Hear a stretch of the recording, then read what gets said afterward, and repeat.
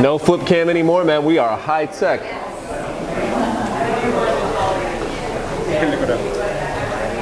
All right, guys. How are we doing? Good. Are we more confused than ever? I'm about to unconfuse. I promise.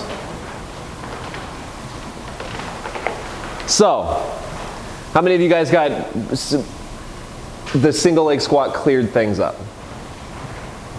Did it clear things up for anybody? Anybody more confused? Okay. I don't blame you. Think of the single leg squat this way. It's just a way of taking it one step further. If somebody can't do the single leg squat for whatever reason, good. You don't have to do it. What I'm looking for is, okay, the knees wobbled. I'm not really sure what that means. Did they bow in? They bow out? Good. Have them do a single leg squat. You'll find out. If their knees are going to bow in, they'll bow in. Right? They have an asymmetrical weight shift. Them hip hiking on one side might give you an indication of what's going on there. Which side is the tighter side? Maybe you get them on one leg, this side hikes up, this side falls down. It gives us some legitimate information. You guys with me there? If you don't get anything extra from it, don't do it. And like I said before, and this is something maybe I should have explained right off the bat, my fault again. Look joint per joint. All I'm looking for you guys to see is signs and joint actions, and you're about to see why here in a second. I don't care about muscles at this point. All I want to see is signs and joint actions. I'm going to look at the ankle, what is the ankle doing? I'm going to look at the knee, what is the knee doing? I'm going to look at the hip, what is the hip doing? Look at the shoulder, what is the shoulder doing? That's it. And each assessment is going to get me a little closer to finding out which joint is doing what compensation. You guys with me there? So, overhead squat, look joint per joint, do your modifications to isolate which joint is worse, do your single leg squat to clear up anything that you think is on the fence. Maybe a problem, maybe not. You guys good? You guys ready to figure out how to solve for all this stuff? It's not that bad.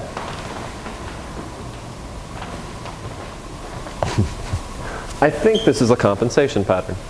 They have really nice and obvious ones in your charts. I know for most of you guys it wasn't this obvious. But you guys get that that would be a compensation, right?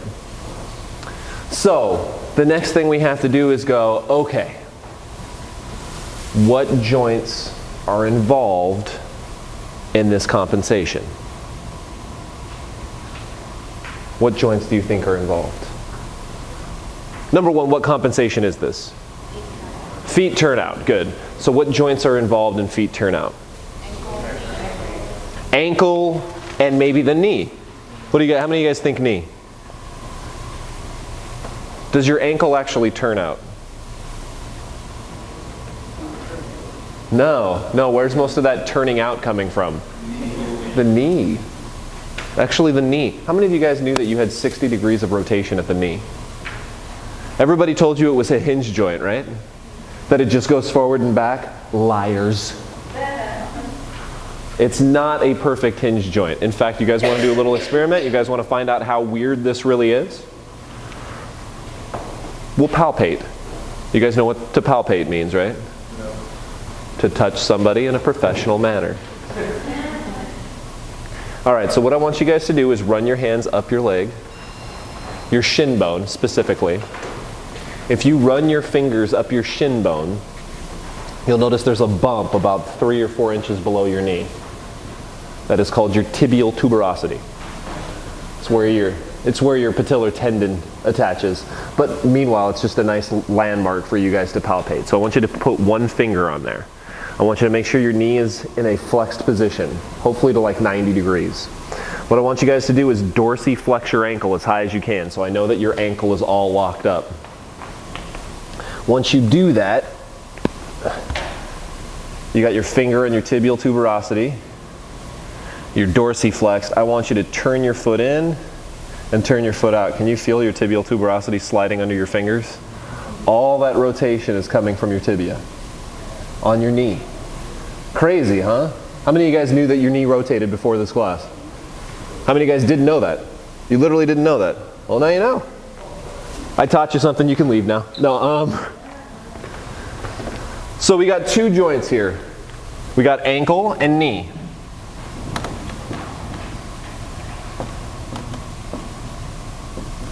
So if feet turn out, what is my knee doing? What joint action?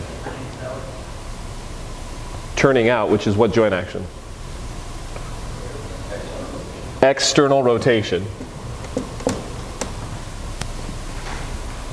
Ankle's a little complicated. The reason our feet turn out is because the ankle can't do something. Does anybody know what that can't is? I'm going to turn out because I can't get my tibia forward. Right? So I want to walk. My tibia won't move forward for me, so I'm just going to move my foot out. Right? So that I can keep my stride length the same length. Or at least try. Can you guys see how that would work? Because otherwise, if I lacked dorsiflexion, tibia moving forward, and I didn't turn out, I would end up like this. Right? I'd end up with really short strides because I couldn't keep my foot planted. As soon as I tried to go into any dorsiflexion, my foot would come up and I'd just step forward again. But do people really walk like that?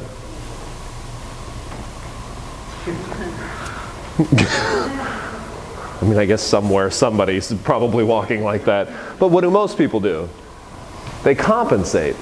They want to keep a relatively same stride length, so they do this and turn out. By turning out, they shorten that lever, right?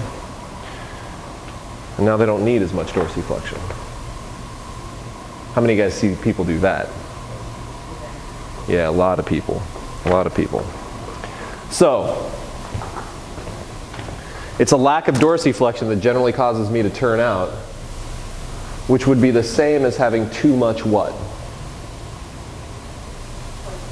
Plantar flexion. You know, all of a sudden I started talking about joint actions and everybody got really quiet.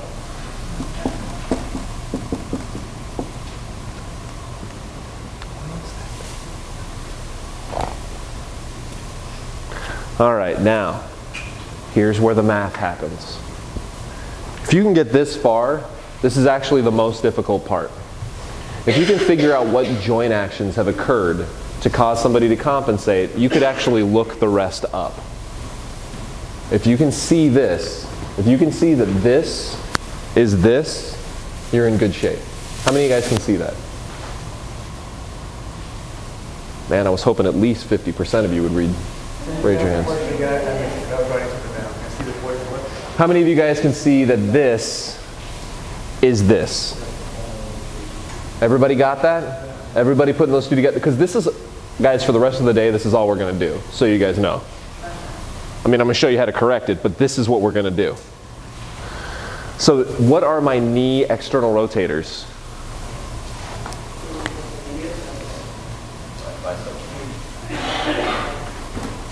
Biceps femoris.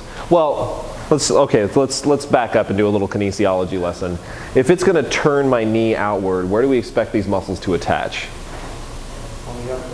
On the outside of my knee, right? So what attaches here? Does that help? Biceps femoris. I heard somebody say that. Somebody said IT band, but IT band isn't a muscle. TFL uses the IT band as a tendon. Guys, there's no such thing as a tight IT band. No such thing. It's not a muscle. It's not contractile tissue. It's a tendon.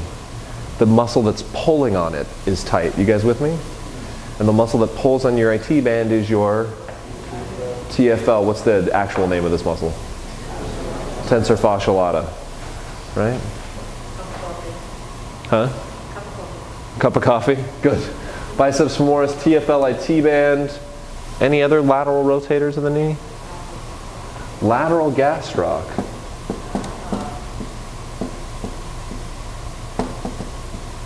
Lateral gastroc is part of what? Calves. Okay, good. And what are my plantar flexors, my big plantar flexors? You just said it. Yeah, soleus gastroc, also known as my calves. It is not uncommon in these dysfunctions, guys, that if you write it out like this, you end up with the same muscles in a couple different places. That's good. That just means they're really, really likely to be tight. Like in this dysfunction, you think the lateral gastroc is pretty likely to be tight? Yeah, a little bit, right? If you guys got this far, you know your short muscles. That's it. All these solutions tables that you see in all this NASM stuff, and it looks like voodoo, you're like, how did they figure that out? That's all they did. There you go. You guys have this in your handout, right? Can you now see how we got there? If you get the logic, you can do this with any dysfunction you see, no matter how complicated. You just have to break it down into its joint actions, and then start listing the muscles. How am I going to find the long muscles? Huh? How do you think I'm going to, if this labeling what joint actions cause that compensation gets me the short muscles, how am I going to find the long muscles? The opposing muscles. So instead of external rotation, I'm going to do internal rotation. Instead of ankle plantar flexion, I'm going to look for my ankle dorsiflexors.